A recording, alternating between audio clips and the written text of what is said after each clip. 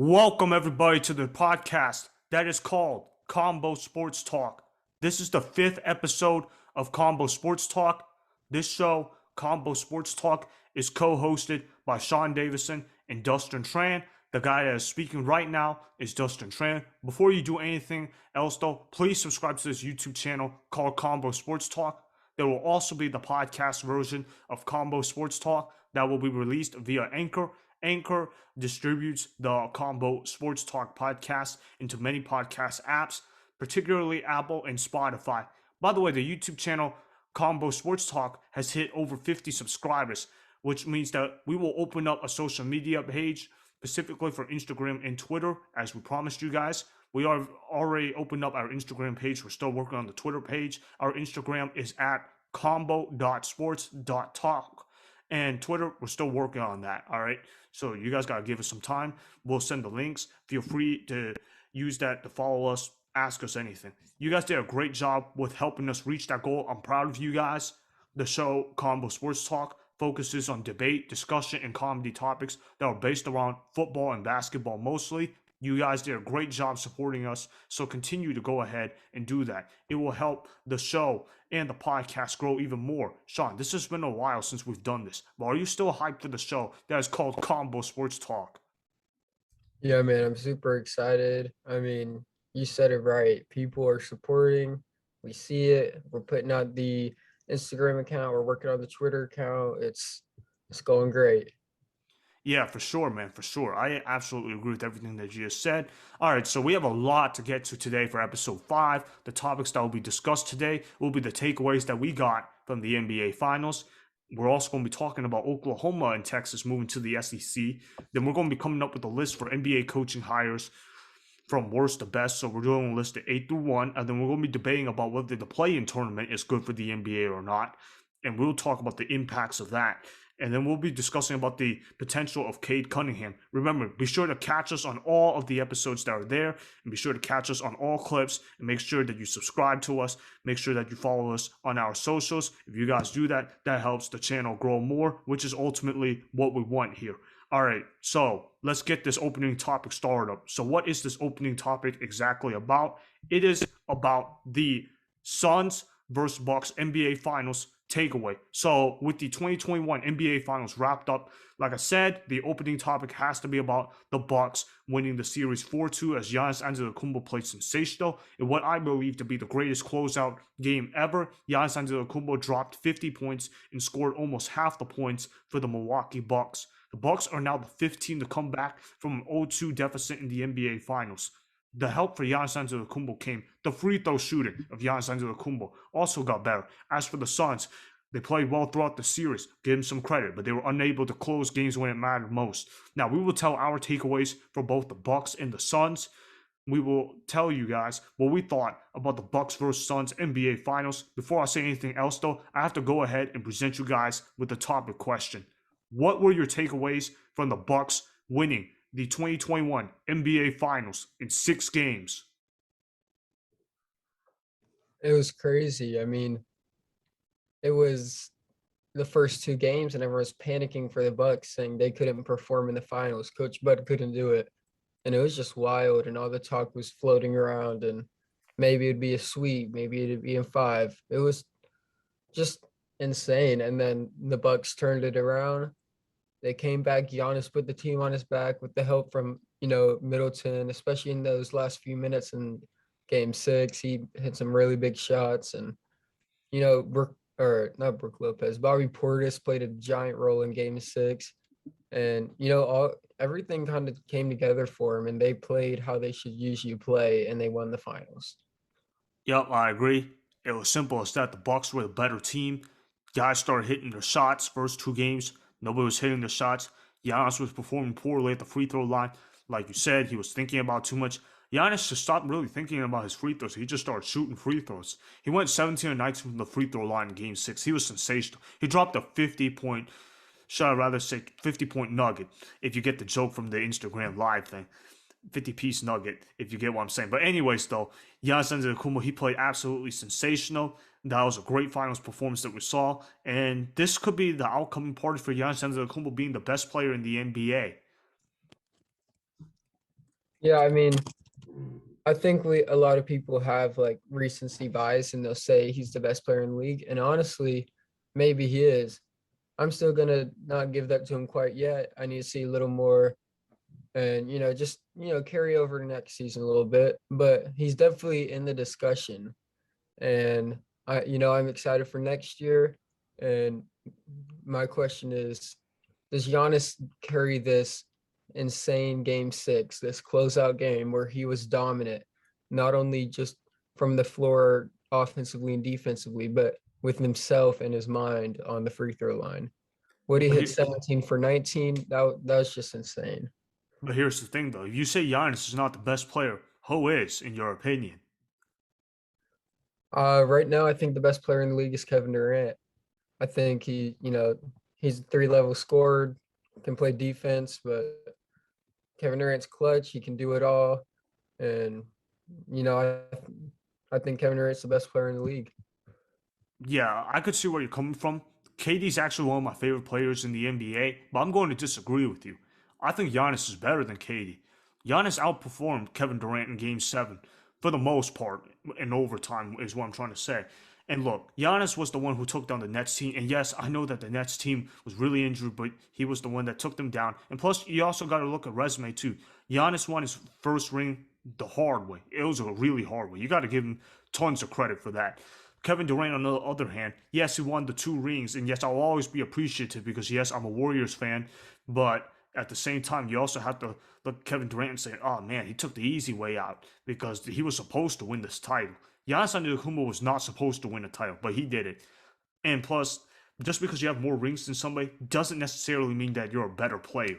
Okay, so you have to look at the value of the rings. Now, look, if the ring count is like so much different, as in multiple ring count difference, then yes, KD would be the better player. But when Giannis has one ring and it's really hard earned versus KD's two rings, which although I'm not trying to take it away, and I certainly don't want to, they were not as difficult as Giannis's rings because not all rings are created equal. You should know that.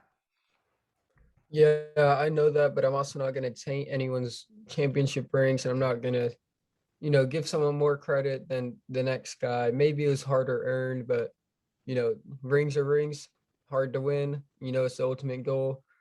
I just think you, this Bucks team was just a perfect build and mold around Giannis. Everything was built for him, and you know what? He used that.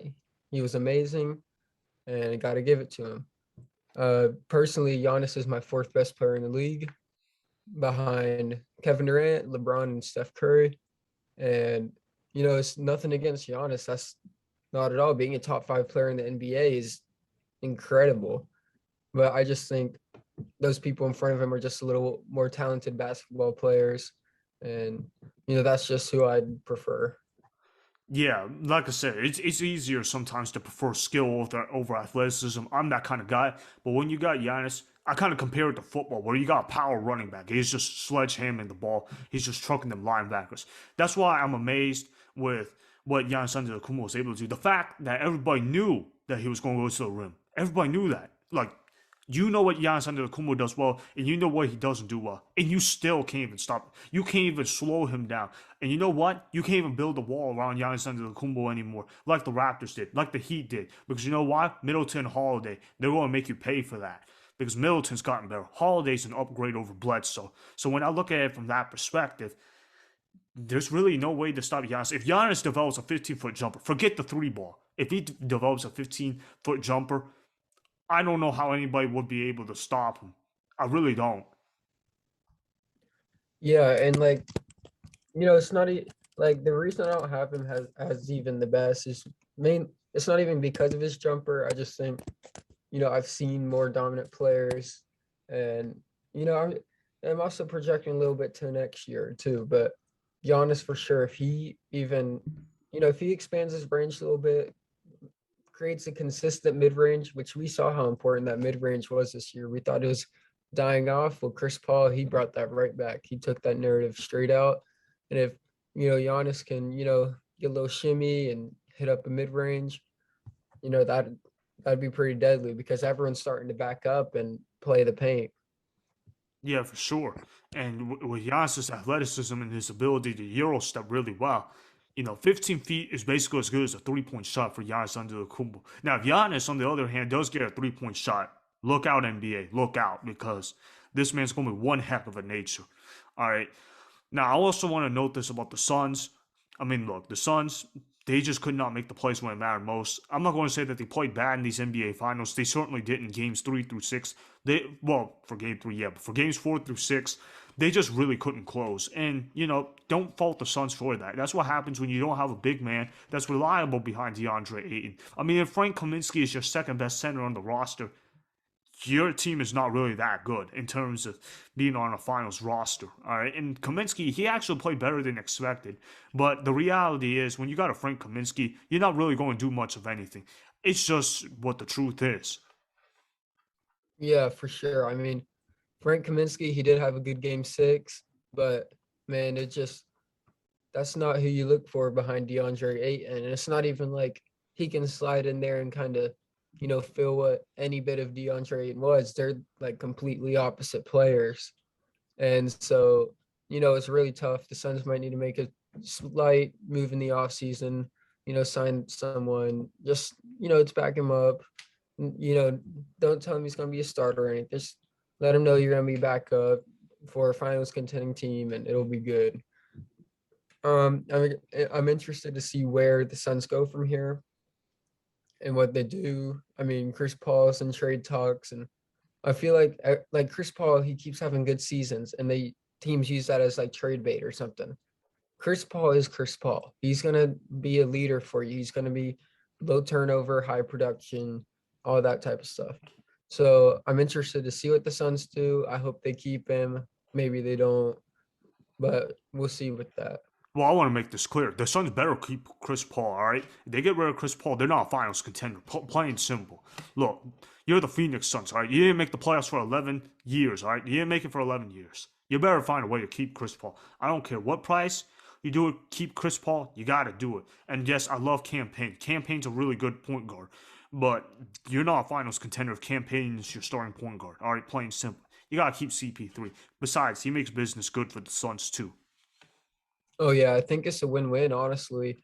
They give Chris Paul a shot at another finals, and then he gives them a shot at another finals. This is, they're helping each other out. And, if he gets traded, he gets traded. I'll follow him. I'm a huge Chris Paul supporter. I'm a big Giannis supporter too. So I was cheering for the Suns a little more. But when the Bucks won, I was completely happy for Giannis. I was completely happy for the city of Milwaukee. And I'm happy Coach Bud got a ring. And, it was good he got a ring because he gets hated on too much. Same here. I absolutely agree with that. And also, this is good for the city of Milwaukee because, yes, I know that Green Bay is not the same thing as Milwaukee, but they're basically around the area. They're going through a lot with the Aaron Rodgers saga. But that's for another day. So that's good that the Bucks won a title, at least for the city of Milwaukee. All right, that wraps it up. All right, so I hope that you guys enjoyed our analysis on the NBA Finals because our next topic that we will talk about will involve college football, particularly Oklahoma and Texas. I mean, it is crazy to say the least. All right, Oklahoma and Texas were programs that were in the Big 12 conference, but now they are moving over to the SEC. This is a power move, and it could have ripple effects across college football. Honestly, though, there are a lot of changes happening in college football, though. The playoff format, the teams in the conference, whatever you want to say, the landscape of college football is going to look drastically different moving forward. Traditionalists will not recognize college football anymore, at least their way. Anyways, though, we are bringing this topic up because it has ripple effects for all programs that are involved in these changes. With all of that being said, this now leads me to ask this topic question. What is your reaction to Oklahoma and Texas moving to the SEC? Wow. I mean, you wake up to the news and oh, they're ready to make the jump. I mean, they're in full talks, ready to make the announcement, kind of. And I mean, think about how fun this will be. They're going to have to do some conference realignment, but I'm just going to throw this scenario in just how it is. You get on one side Bama, Texas A&M, LSU, Ole Miss, Auburn, and then the other side you got Georgia, Florida, Oklahoma, Texas, and you just have those teams clashing out, and they're, I mean, that's just going to be such a fun conference to watch. And I say this like I like it, but I don't like it. I'm not a fan of it.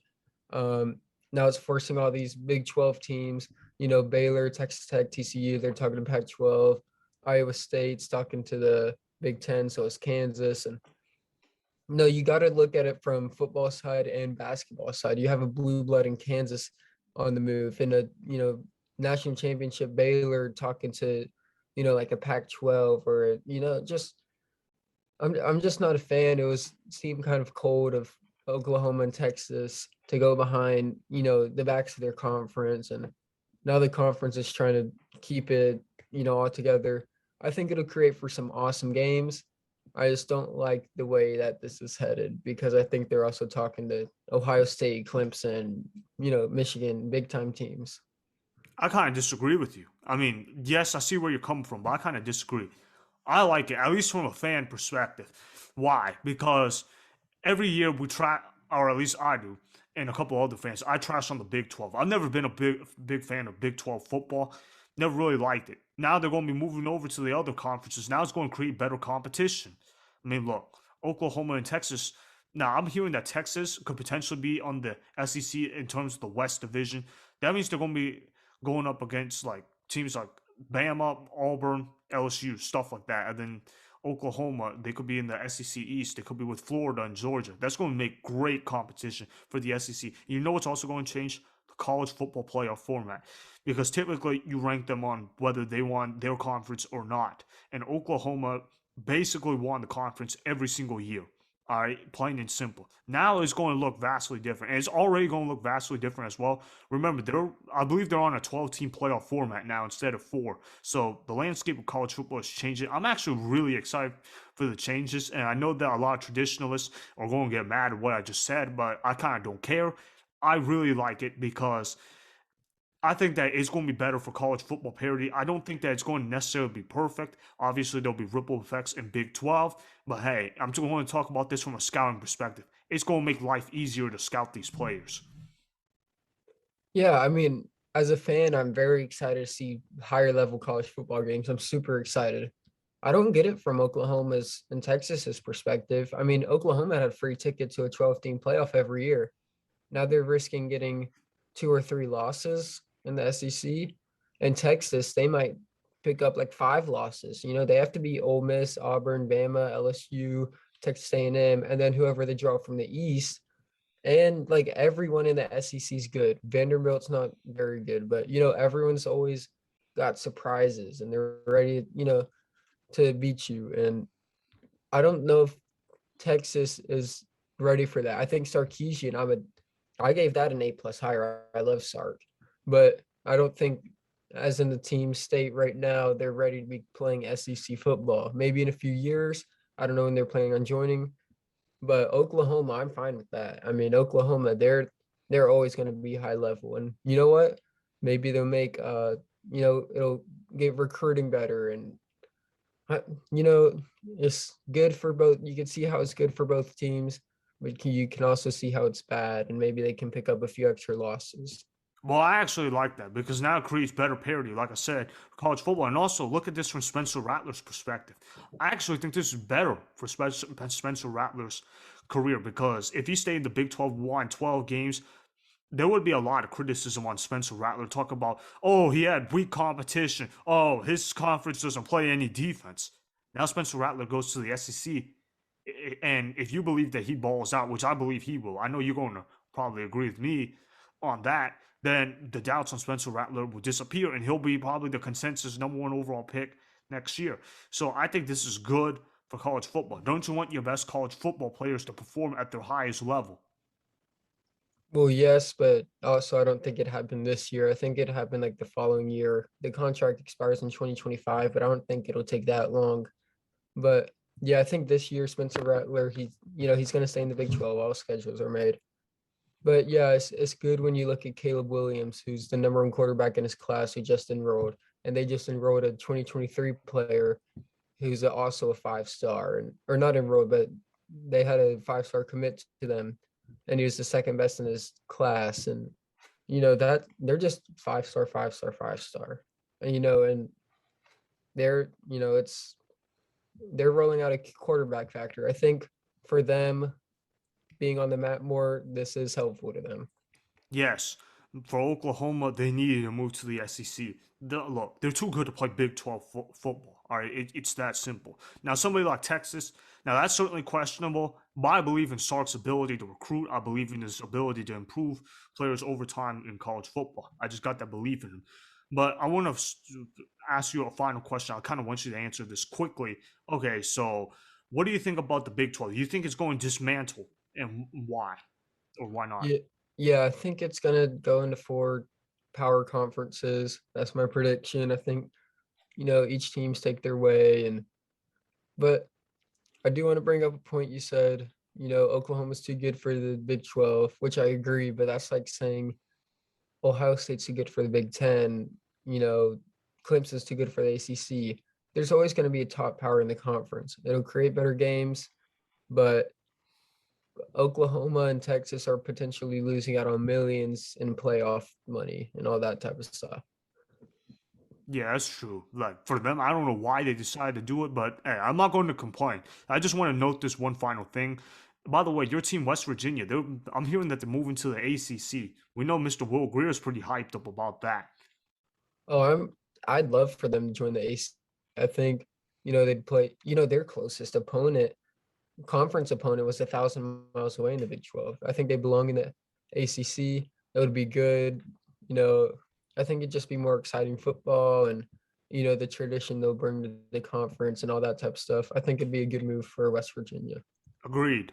It's as simple as that. All right, so that wraps up the topic that we were talking about with college football. I hope you guys like the change up that we did. This is not something we talk about often, but we do talk about here and there. Hopefully, we'll be talking about that more often moving forward. So, I want to move on now to the next topic, which will be about NBA coaching hires. All right, so like I said, that'll be the next topic. This topic was 100% Shawn's idea. This is all him. This is him that really wanted to do it. So, I got to give credit to him about that. All right, and I like this idea of this topic as well. Hopefully, you viewers feel the same way. This will be ranking NBA coaching hires from worst to best. That means you go to 8 to 1. Okay, there were 8 coaching hires made this year in the NBA. Shawn and I will state the coach's name, where he came from, and the current team for where he's coaching at. And then you state a quick reason why. Try to avoid saying more than one sentence for why the move is good for time purposes. And we're going to talk about why that coaching hire is ranked at a specific spot. For each coaching hire, it'll be explained for 30 seconds. The goal here is to have Shawn explain his list for 4 minutes, and it'll be myself explain my list for 4 minutes. So let's get this list started up. Shawn, you can definitely go ahead and start first with your list for the NBA coaching hires that were made. All right. I'm just gonna say to start out, numbers 2 through 6 for me were just like a toss. It was really tough, but I went off my best judgment. I think I'm also gonna take winning into account, that type of stuff, and how excited I am.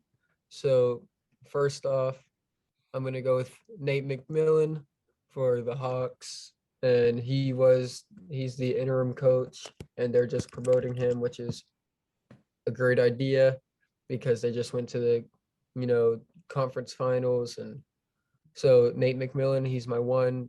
Carried Not carried the team, but he completely turned around the team and made them into a high level playoff basketball team.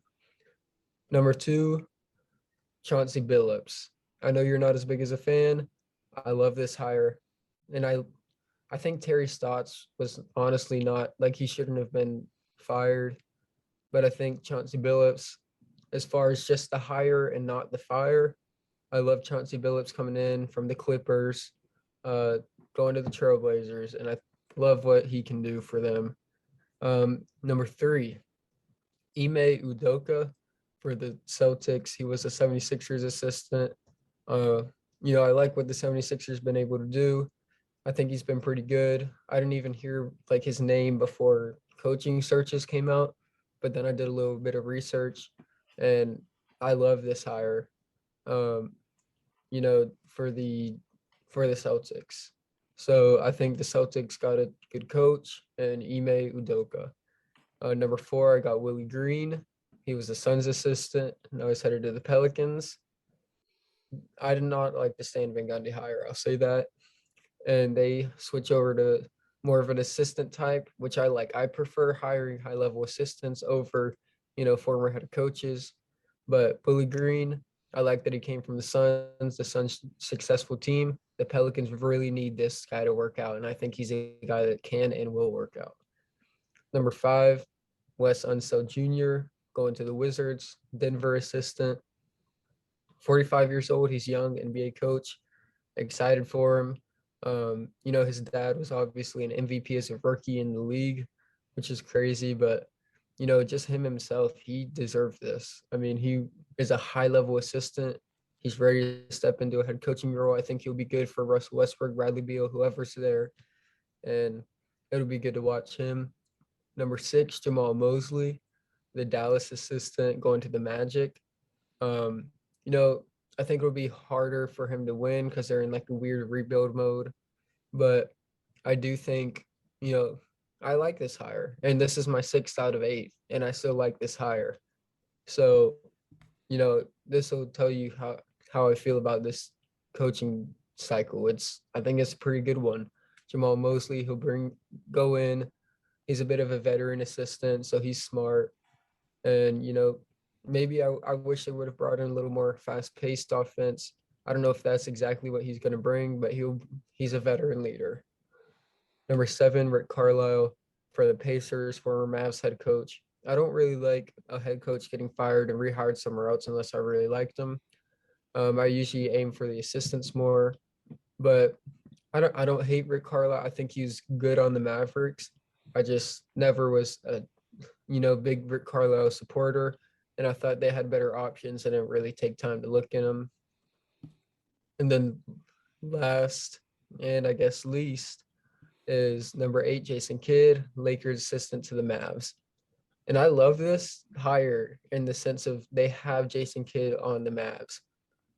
But I'm not a big fan of Jason Kidd as a head coach. I love him as an assistant. I hope he works out because I love Jason Kidd. But we saw how it went the first time and it didn't go great. All right, so that's your list, and now I'm going a couple of my list. I feel like we're going to disagree quite a bit. I kind of disagreed a lot on your list. All right, so let's start off with the rankings. Obviously, number one will have to be Nate McMillan, Atlanta Hawks interim coach. He was hired by the Hawks. Obviously, he led a big season turnaround. The Hawks were 12th in the Eastern Conference when he was hired. To be the interim coach. They ended up being the fifth seed, ended up making a run to the conference finals, losing to the champion Milwaukee Bucks. That's really good for an interim coach. I don't think an interim coach has ever done a better job than that in that kind of situation. And then number two, I'm going to go with. I'm pretty sure I'm going to butcher his name, but I'm going to say Ime Udoka. I think that's how you say his name. All right, he's an assistant coach. He was hired by the Celtics. I think he was actually from the Nets. Now, I like this hire a lot because he's a player's coach, and his star players are going to get along with him, and he will get people to buy in on defense. He's just a great guy. I like him a lot. Then number three is Willie Green. He's a Suns assistant. He was hired by the Pelicans to be their head coach. Love this hire. His youth fits in well with the youth movement that the Pelicans are on, and the Pelicans needed somebody that that the players could relate to. Stan Van Gundy was definitely not that. And Alvin Gentry was not that either. Willie Green will get people to play hard. If this Pelicans young core does not play hard for Willie Green, I don't know what head coach they'll play hard for. Willie Green is one of the most intensified assistant coaches out there. I like this hire a lot. This could have easily been number two for me, but I just didn't like him more than Ime Udoka. All right, and number four, and I know this is going to be a little bit controversial. I'm going to actually pick Jason Kidd, Lakers assistant, and he was hired by the Dallas Mavericks. I actually like this hire because he has connections with the Dallas Mavericks. He and Luka are similar in terms of how the basketball IQ works. And yes, I know that Jason Kidd was a failure the first two coaching stops where he was at, but I think this one's going to be a little bit different. He's picked up a little more experience, and plus Luka could actually help him out a lot. And who's to say that he can't bring in new ideas and help out Kristaps Porzingis? And Porzingis hasn't been bad. He just hasn't been as good as what people, particularly I, thought that he would be. Number five, I'm also going to disagree with you. I'm going to pick Rick Carlisle, former Mavericks coach, hired by the Pacers. Why do I say that? Because he brings an experience. Yes, I know that they could have hired another assistant, but they just did that last year. That's why they fired McMillan, and that didn't necessarily work out. They needed an experienced coach. They needed a guy that was smarter in terms of in-game strategy. Rick Carlisle brings that, and plus he also brings stability to the Pacers. The Pacers needed that, so this is actually a decent hire for them. I'm not saying that I would have hired Rick Carlisle if I was their general manager. I would have hired Terry Stotts personally, but anyways, Rick Carlisle, solid hire for the Pacers. Then number 6 was Wes Unseld Jr., Nuggets assistant. He was hired by the Wizards. I actually like this, but I couldn't really put it higher than 6. I just had a hard time putting it higher than 6. He's a good in-game tactician, and he has a good reputation for player development. It's as simple as that. The Wizards needed that. Then number 7, I'm going with Jamal Mosley, Mavericks assistant. He was hired by the Magic. Now, look, the Magic, they need an offensive mind, and he is just not a proven coach yet. And yes, I know Luka liked this guy a lot, but they don't have a Luka Doncic on the roster. This guy, he might be okay, but he wasn't really that much of an inspiring hire. I mean, sure, he's better than Steve Clifford in terms of player development, but what else does he really provide?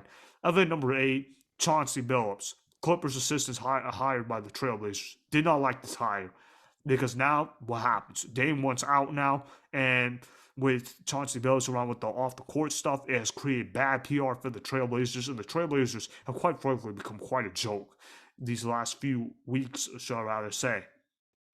So that's the list that I conducted with, and you just heard Shawn's list conducted up. So we had quite a different list.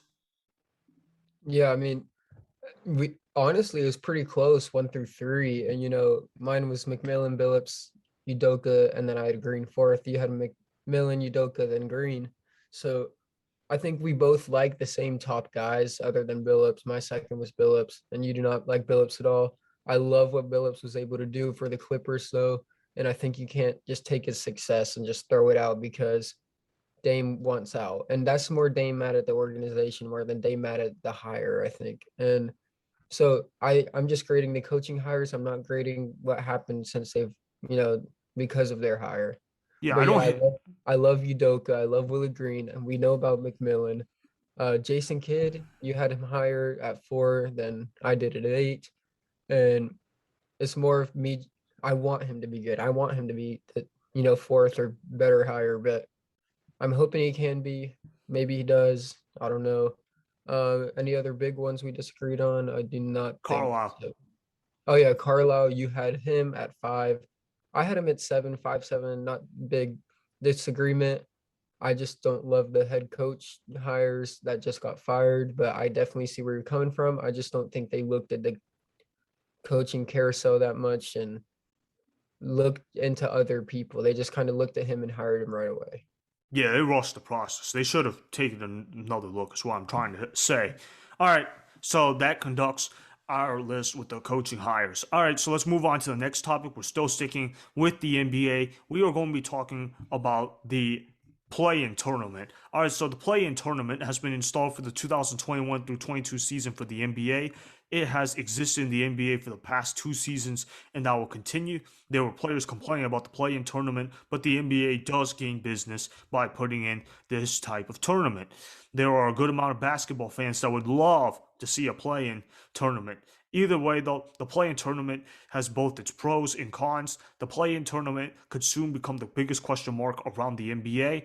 It really depends on if the NBA wants to listen to the players or to the fans. With all of that being said, this now leads me to ask this topic question.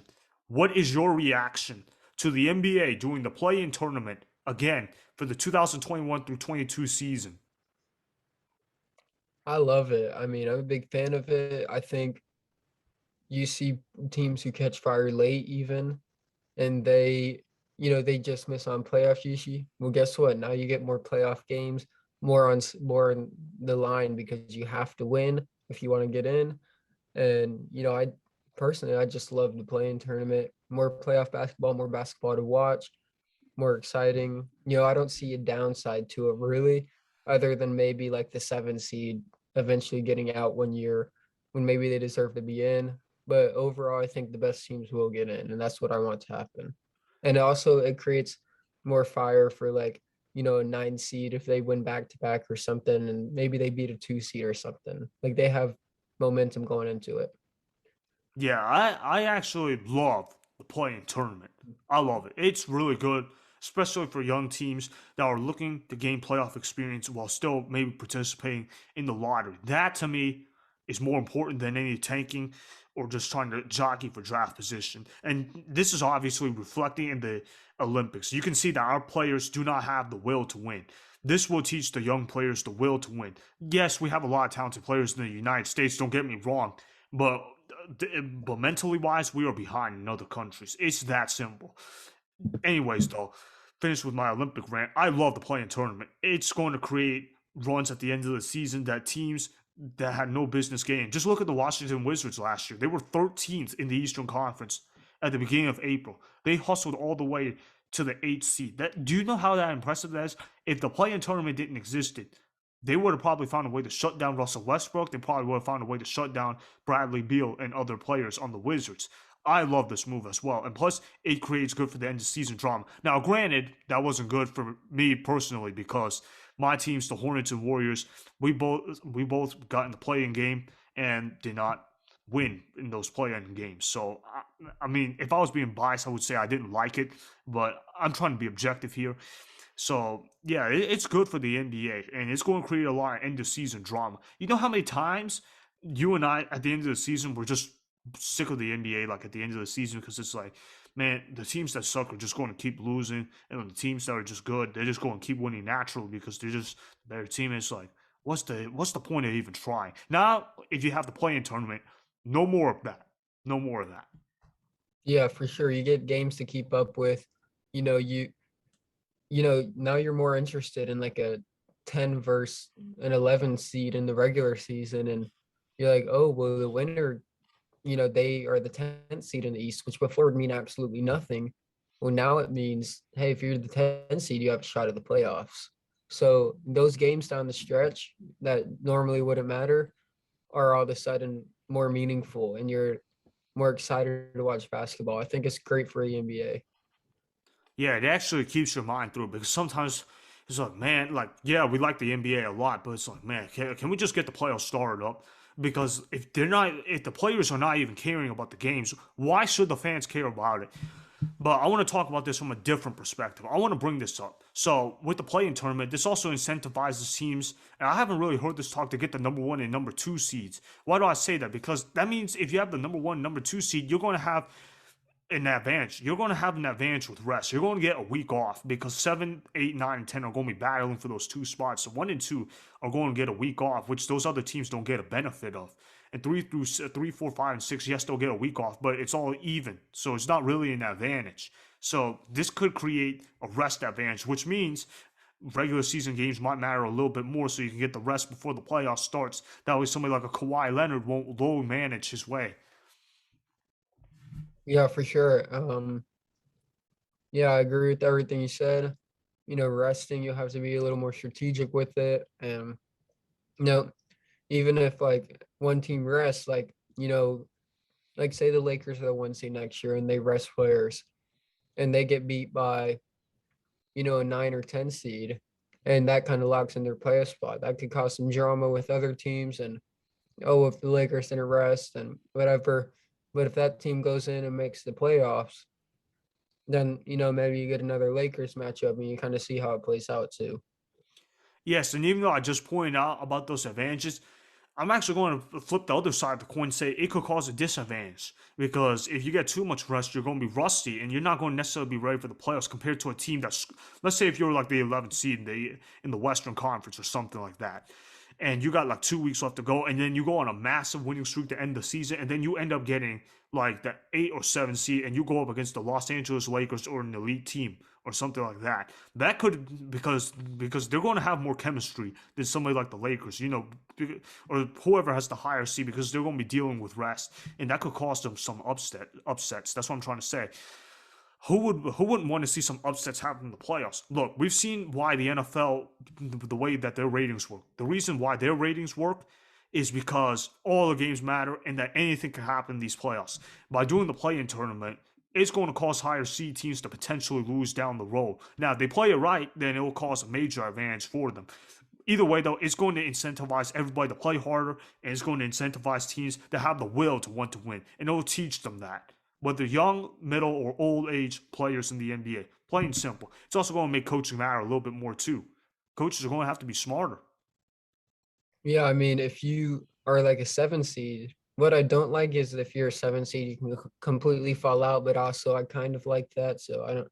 But you could be a 7 seed and then lose both games, and then all of a sudden your coach is fired. Instead, if he won one game, he would still be the head coach. So head coaches, these games matter to them a lot too. Yeah, but it also sets up better in-game strategies. Coaching is going to matter a little bit more now than it did before, which is good for the league. That's what the average NBA fan wants to see. They don't give a. I mean, yeah, they respect these superstar players. Yes, they like them. They appreciate them. But coaching matters. Coaching matters. It matters in all sports. And the fans, they want to see the NBA reflect that. The last several years, that hasn't really been the case. Yeah, for sure. I mean, yeah, this strategy that's going to go into it and all that, it's going to be crazy. And, you know, like you could see like one year where, and you kind of touched on this, maybe you could see like a Pelicans next year or something, like get the 10 seed, but they win both playoff games and they lock in the 8 seed. And maybe there's an injury to the 1 seed or something. And you know what? The Pelicans caught fire at the right time and maybe you see an upset. I don't know how many upsets these will actually relate or go into between a seven and the 7 seed and the 2 seed and the 1 seed or the 8 seed. I don't know how many, but it just might create more closer series even between those teams. Yeah, I absolutely agree with what you just said. And I don't think the upsets are going to happen necessarily right away, but I'm talking about down the road, like 5, 10 years. Though that's when the upsets are really going to really feel it, because that's when the new generation comes in, and then that's when they'll start knowing better than the previous generation did. It's that simple.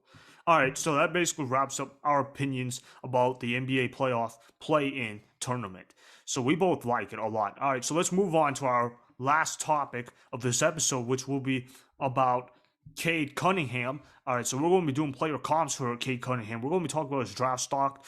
We're going to talk about what we think about him. So Cade Cunningham has been known to be a collegiate superstar. That is not debatable. He has seemed to be the consensus #1 overall pick in all mock drafts. The Pistons are up on the clock first since they have the #1 overall pick. In this topic, Shawn and I will make player comparisons for Cade Cunningham and what type of impact he would have in the NBA. Will he become a superstar? What player reminds you of Cade Cunningham? Those type of questions. We will also evaluate his skill set and how he will impact the NBA in the long term. With all of that being said, this now leads me to ask this topic question. Where will Cade Cunningham go in the 2021 NBA draft? Which NBA player is similar to Cade Cunningham? So I think he lands #1 overall, going to the Pistons. I don't think the Pistons trade back. I know the Rockets are really pushing to swap with them. I don't think it'll happen. I think the Pistons are keeping it, and they're getting a stud in Cade Cunningham, like an absolute menace. Anywhere you want him, you can ask him to do anything on the court, and he can do it. And you know who that reminds me of? Reminds me of a lot like Luka Doncic. That's my player comparison. I see that thrown out a lot, and honestly, I just don't see a better one. I mean, you're a big point guard. Maybe you could play shooting guard, but I think they're both kind of like that big point guard role, main primary ball handler, can score from any spot on the floor, bigger than everyone else, better shot making than everyone else. And, it's just like, how do you guard that? You can't because they're just insanely good shot makers.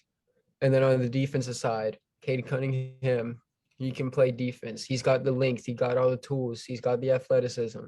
Cade Cunningham is that dude, and he's going to leave a long-term impact on the NBA. He's going to be a high-level guard, one of the, a top 10 player in the league within his first 4 or 5 years, I'd say. Yeah, and I see where you come from with the Luka Doncic comparison, but I'm going to give you a little bit of pushback, all right? And yes, I do somewhat agree with it, but Cade Cunningham, I think he has a little bit more athleticism than what you're selling him on. He's got more athleticism than somebody like a Luka Doncic. And trust me, I love Luka. I love him. But he's not that athletic compared to a Cade Cunningham. So I'm going to give out his draft prediction. I'm going to talk about his player comparison. So I got Kate Cunningham going #1 overall. He's a point guard, whatever position you want to call him, except center. And he's going to go to the Detroit Pistons. There will be no trade that happens. If the Pistons trade the #1 overall pick, they would be fools. That's like saying if you're the Cleveland Cavaliers in 2003, you would trade the #1 overall pick so you wouldn't have the rights to draft LeBron James. You know how much of a fool you would sound? Yeah, this is kind of like that. All right, so my ceiling for him, I'm going to say Larry Bird. Yeah, and I'm going to say Larry Bird because Kate Cunningham's a good shooter and he can just shoot the ball, man. And he just can do a lot of things on the floor well. Most realistic, I'm going to go with Jason Tatum. You know, good versatility, can knock down shots, can play ISO ball really well, can distribute. Just a good all around player. He doesn't have any weaknesses. And I'm going to go with floor. And I'm going to ask you this after I finish this up. So my floor for him is Danny Granger, which means that he'll just be a scorer, just be a good shooter, but he might not necessarily flash out. So that's basically worst case what I see in Kate Cunningham. What's your worst case scenario for Kate Cunningham? Um, that's a good one. Worst case, I'd probably have to say, I honestly like the Danny Granger. I and Danny Granger was an all-star. I mean, he was a good basketball player, and I think his floor is an all-star. I think that's his floor. I don't think he, unless some insanely horrific injuries or that type of stuff happens, I think his floor is being an NBA All-Star. I think his ceiling is being a top 10 player all time, maybe. I don't think he hits that, but ceiling, his ceiling's crazy. But I do got to say something. You're hating on the Luca comparison for the athleticism, but you told him Larry Bird so. But yes, I did love the Jason Tatum one though. I think they're both equally athletic, and I didn't give him enough credit. He is an athletic freak.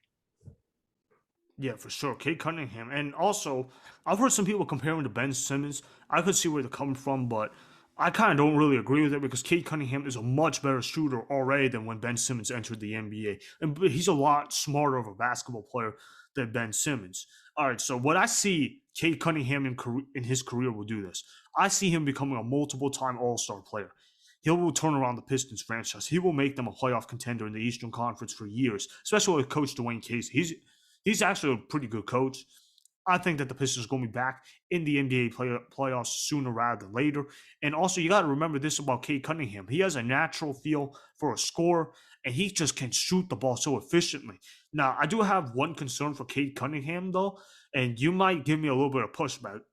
He might not have the it factor. You know, somebody like a LeBron James, it factor. Somebody like a Luka Doncic, it factor. Somebody like a Steph Curry, in my opinion, it factor. Kate Cunningham, good guy, but I like him a lot. But he might not have the it factor. He might fall into the Anthony Davis type of tier where Davis doesn't have the it factor. But Davis is a really, really good player. But I'm just pointing that out about Kate Cunningham. There is some concern about him. And I sound like I'm being nitpicky, but I got to list out concern for somebody because nobody's perfect. I do have breaking news after I say this, but I'm going to say what I want to say first. He has the it factor. You watch him in college, you watch him against Baylor, you watch him against all those teams he played, Texas Tech. He played very good teams in college, and he has the it factor. He can put a team on his back, which is what he did. He took that team to the 4 or 5 seed. I think it was a 5 seed. And, he did lose in the first round to an Oregon State team who caught complete fire, and it was just unfortunate for him. But he has the it factor. I have no concerns about that. Now, the breaking news, Texas and Oklahoma are officially leaving the Big 12, but they're applying for an SEC membership after the 2025 season. So we have some time until that kicks in. Everyone has time to figure out what they want to do, but it is official. They are leaving the Big 12 and they pretty much are going to SEC, but it'll take a while. Yeah, and we'll discuss more of that possibly on social media or even if we devote another topic to that. But yes, that we found that quite interesting, but I think we both assumed that it was going to be official before it officially became official. Anyways, though, let's talk some more about Cade Cunningham. Let's just try to wrap this up. All right, the reason why I say he didn't necessarily have the it factor is because he doesn't have the feel of somebody like a LeBron James who could just take over an entire NBA or even somebody on like a Giannis level. He's going to be a really, really, really good player, even a great player at times. I just don't know if he'll take the Pistons to like a conference finals and the finals, because that's what I meant by like an it factor. He'll take some teams to the second round, but I don't know if he could do that as the lead guy. That's what I'm trying to say. I mean, I see what Luca did for the Mavericks. I see what he can do for the Pistons. I mean, Luca has some help around him, but Luca's pretty much carrying this team to, high level team in the West that you can't like that you always have to worry about. That's Cade Cunningham. You can't let down against Cade Cunningham because he'll make you pay. That's what I'm saying. I say he does have the it factor. I think we just define the it factor just differently. If we define it by your way of it factor, then sure. But I know for me, the it factor is a lot more selective. I only have like a few players that have the it factor, really. But anyways, my point is that Cade Cunningham, he might have it, he might not. It's still kind of unanswered for me. I think he will eventually get the it factor, but to say that he has it right now is far from a guaranteed. But yeah, Kate Cunningham, really good player. He should be the number one overall pick. No questions asked. The Pistons should not trade that pick for any reason whatsoever. All right, so you say Luka Doncic is his player comparison. I'm just going to roll with Jason Tatum as my player comparison for him. We both agree that he's going number one overall. So the Pistons, that no trade will happen. It's really that simple. Yeah, I mean, I think we didn't really disagree on much, just the it factor thing. And I agree with you, only a few players have it. But I think when you're drafting this guy who's, a talent you don't get very often, I think he has it. I've watched him a lot. But yes, we seem to agree pretty much for the most part. We think he'll be a terror in the league. We think he's gonna be awesome. And we think the Pistons have to take him.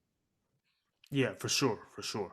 All right, so that wraps up the Kate Cunningham topic. I hope you guys kind of like the breaking news that we put in the middle of it, because it kind of shows, how much this show, podcast, whatever you want to call it, has grown to where we could announce breaking news during the middle of an episode. So I just find that interesting that that happened.